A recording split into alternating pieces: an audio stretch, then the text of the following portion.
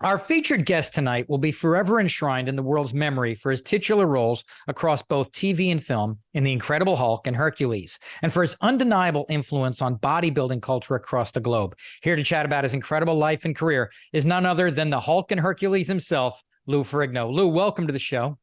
Thank you very much. How are you? I'm doing dandy. So for so many people, you live in the public consciousness as the original Incredible Hulk. And as I've learned your story, I'd say it almost seems to me like you were like born to be the Hulk. Am I correct that your childhood experiences played a massive part in kind of setting you on the path to getting that role? I mean, what's the story or association there? If I there's was the any? Hulk my whole life because when I was a kid, I used to read magazines to escape the pain because being young, I had to overcome diversity, the hearing and the speech issues. So I used to read the reason why I like the Hulk so much because it was the only superhero you see the muscles. He didn't have a costume. But I let G versus E. I used to fantasize being powerful like him because he was like a sensitive creature and that he would fight any kind of uh, obstacles against him. So I related to that. And eventually I ended up playing the Hulk and playing Hercules because I was very upset and attracted to those superpower heroes. Does it make you emotional at all to think back of yourself as a kid, kind of reading the Incredible Hulk comics, trying to find some solace, knowing that the character you were seeing on those pages would one day change your life? Yeah, because I was the kid, I had to read the comic books. People made fun of me. They said, "You're reading comic books. You should be in school studying." I just love comic books. But if I said to someone when I was maybe 60 years ago, I'm 72 now, and say someday you're going to see a comic book convention and you're going to have everybody from every walk of life reading comic books, they would have probably put me in a mental institution. But the thing is that little did I ever realize because of my passion when I was young, that led me to bodybuilding. And it's my passion because I kept saying I just love it so much. And look, it's taken me what I am now. It's amazing because when I used to read those comics, on the bottom of the comic book, it said written by Stan Lee. And I said, Stan Lee, I wish I could meet him someday. And I kept thinking about Stan Lee. I thought maybe it was some kind of a ghostwriter, but little did I realize that when I did the series, the second season, I got a chance to meet Stan Lee. That's so cool. He Um, changed my whole life. you're a famously gigantic figure in real life at like 6'5", I think, and obviously really muscular. Were you always like the biggest, baddest kid in your class? Or if we look back like in your yearbook pictures, would we have been surprised? When I was 14, when I went to high school, I was 5'6" tall. I'm sorry, 5'7". I weighed 136 pounds. When I graduated high school, I was 6'2". I weighed 176 pounds. I was very thin. But I just loved power bodybuilding. And then eventually, when I was 18, 19, I started to put size. But I got bullied a lot when I was a kid, even in high school, because I had to fight my own fights. It just, my father was a police lieutenant. And my father said, if you ever come home, get a beating, I'll give you another beating. So basically, I had to learn how to defend myself. At what point did you start thinking seriously about competing professionally in bodybuilding contests? Well, when I was 19 years old, I wanted to compete. And I remember that I had the guts to go to my competition. It was called the Open New Jersey Mr. Hercules competition. I came 23rd place. But it was interesting when I went on stage to pose, I remember the flash bulb going up, people were clapping.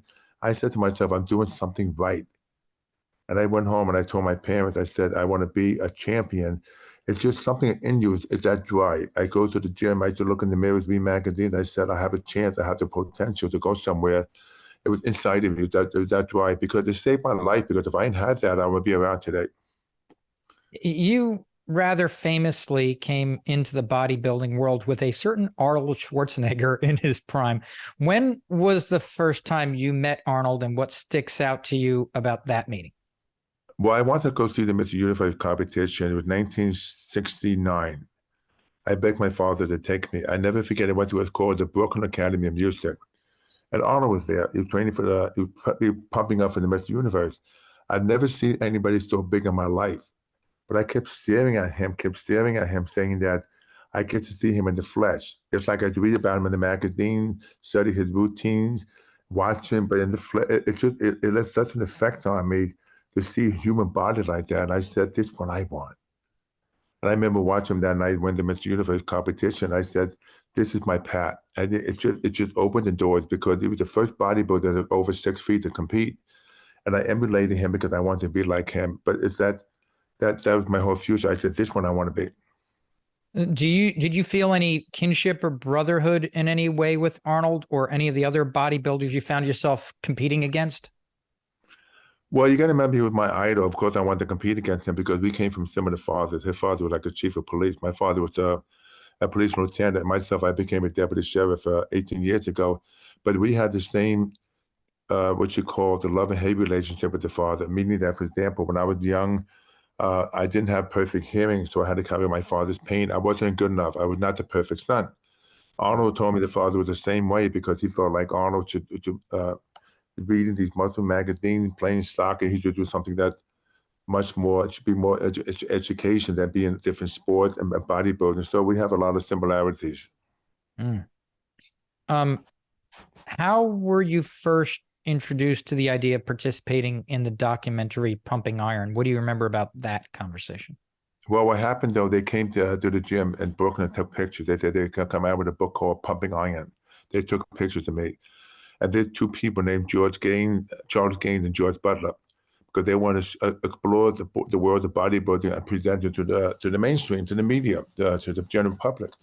And I got excited because I felt like I was going somewhere. So when the book came out, it became a bestseller. Then they approached me about doing the movie. At the time, I was training for the ABC Superstars competition, and so I felt like, let me give this up and compete in the movie, and then come back to the competition, the ABC Superstars. At the same time, I was having a bad relationship with my father because my father was my voice. So they decided to put the father and son in the movie. I mean, my father never really worked out with me. We did it for the movie. So I just knew that I wanted to be part of this film. And we all flew to South Africa for the competition. To me, it was exciting because at the time, Arnold's about to retire because he wanted to move on to do different things. And I felt like I competed with him in 74. I felt like if I don't compete with him, I'm going to walk away and do something else because my desire was to be the best in the world. So when the movie came out, it really exposed to show the other side as a bodybuilder, the lifestyle, everything. And the rest is history because I remember we traveled to Africa. We've gone to different places to film. It was a lot of fun because at the time, the general public didn't know bodybuilding was because I don't know if you know that the Pumping Iron book came out. They didn't put on the cover because they felt like it was too intimidating to the public. So they used another man named Ed Corney because I remember they had a screening for Pumping Iron and the executives were laughing. They said, who's this German guy with the space between his teeth?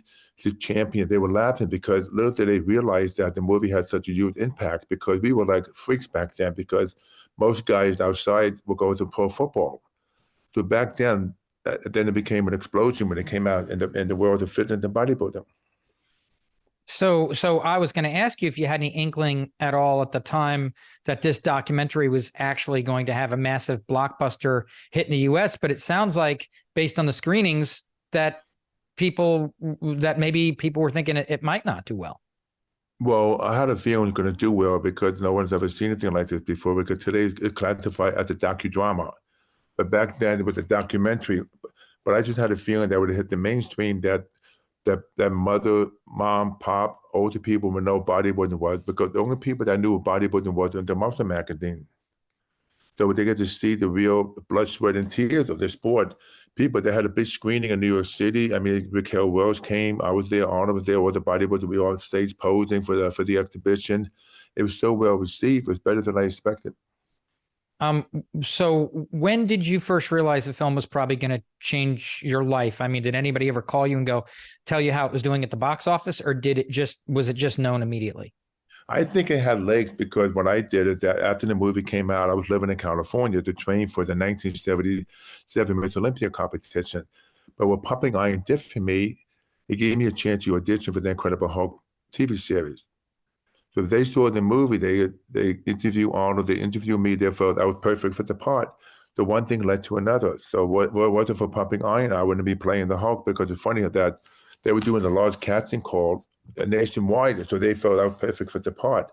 But I remember at the time, just before I did the Hulk, they had a premiere in New York City. It went well. That was just 6 months before, and then the rest is history. What did you think of the film when you sat down and watched it? You mean the movie? Yeah. I felt a little embarrassed because the fact that it was showing back then my speech was different. The relationship of my father and I felt like it was kind of like a stage father.